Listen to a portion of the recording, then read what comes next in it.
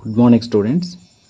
Today I want to explain projectile motion and related to the horizontal projectile motion.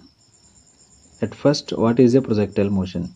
If a body can be thrown without theta is equal to 0 or without theta is equal to 90 degrees, then it can be called as projectile motion. So here, if a body can be thrown with certain angle to the horizontal earth surface, so that is known as the projectile motion. So here we need to explain what is the maximum height of the projectile motion and what is the path of the projectile motion and what is the range of the projectile motion, what is the time of flight of the projectile motion, and then after that we have to explain related to the horizontal projectile motion. Now let us see.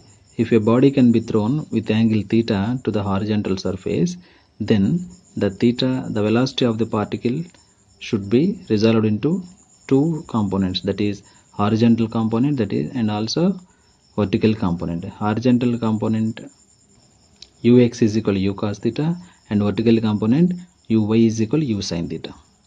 So here this is the maximum height of the projectile body. At this point the final velocity of the body should be equal to 0, and this is the ground point, the body which is reaches to ground point, and this is the time of ascent. Time of ascent is meaning that the time taken to the body to reach its maximum height, that is time of ascent.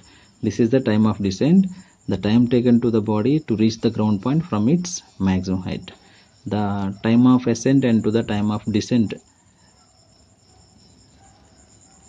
additionally called as total time taken to the body to fall to the earth, that is the time of flight. So here this is the range, the horizontal distance traveled by the particle, so this can be the known as range. So here now we have to explain what is the path of the projectile, and after that we have to determine all those components. Now quickly, the velocity of the particle which is thrown by us with x direction, the displacement of the particle along with the x direction is, let it be x, it is equal velocity into time, whereas velocity along with the x-axis, that is nothing but ux, so it is ux into t. So x is equal to ux into t. Ux it is nothing but u cos theta into t, whereas t is equal x by u cos theta. Keep the equation as 1 of the particle along with y-axis, that is equal to y. Then we have to using laws of equation of motion, that is s is equal to ut plus half at square, whereas s is nothing but y, it is equal in y direction, that is uy into t plus 1 by 2 a, it is nothing but minus g along with y direction. So here y is equal uy nothing but u sin theta into t, time is equal x by u cos theta minus 1 by 2 g into x by u cos theta whole square. So this is equal u will be cancelled, sin theta by cos theta tan theta into x minus 1 by g by u square cos square theta into x square. So this can be written as x tan theta minus g by 2u square cos square theta into x square. So this is the equation of path of the projectile. This can be comparatively parabolic equation, therefore the path of projectile is in parabola.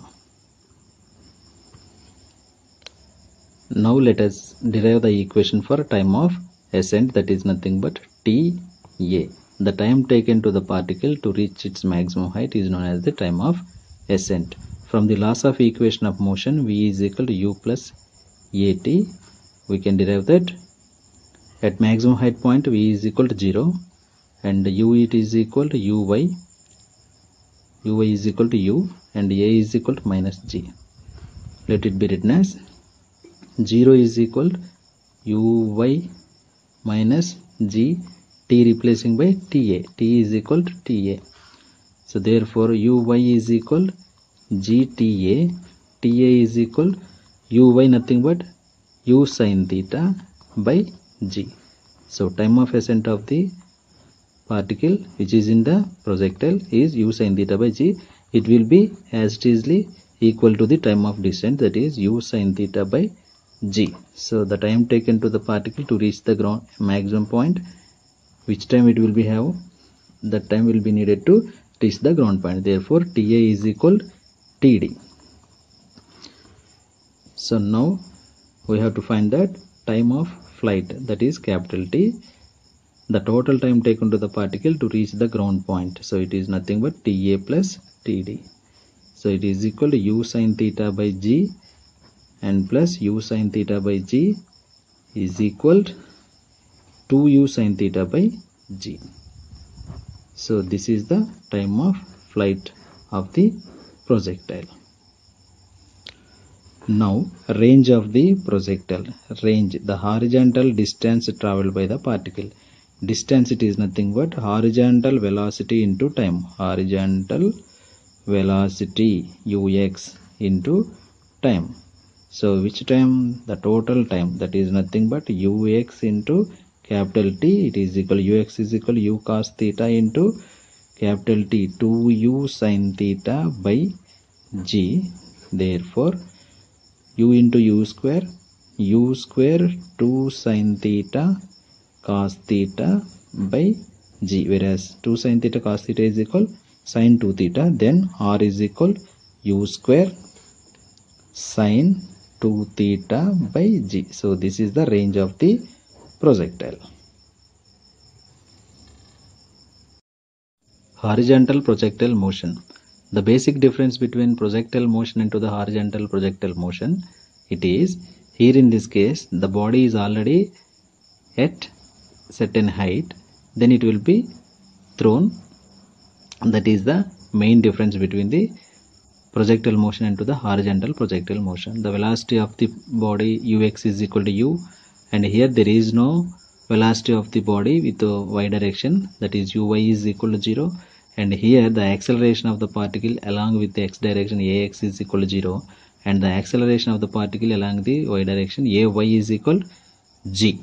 So here there is no need to find out the time of ascent of the body, because of the body is already placed at certain height, and here the total time taken to the particle or body to reach the ground point, that is the total time, that is time of flight, and the horizontal distance traveled by the particle, that will be known as the range.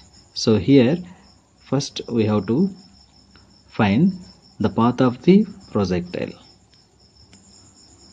From the laws of equation of motion, S is equal to ut plus half at square. The displacement of the particle along with the x direction, that is x is equal to ux into t and plus 1 by 2 a refers ax into t.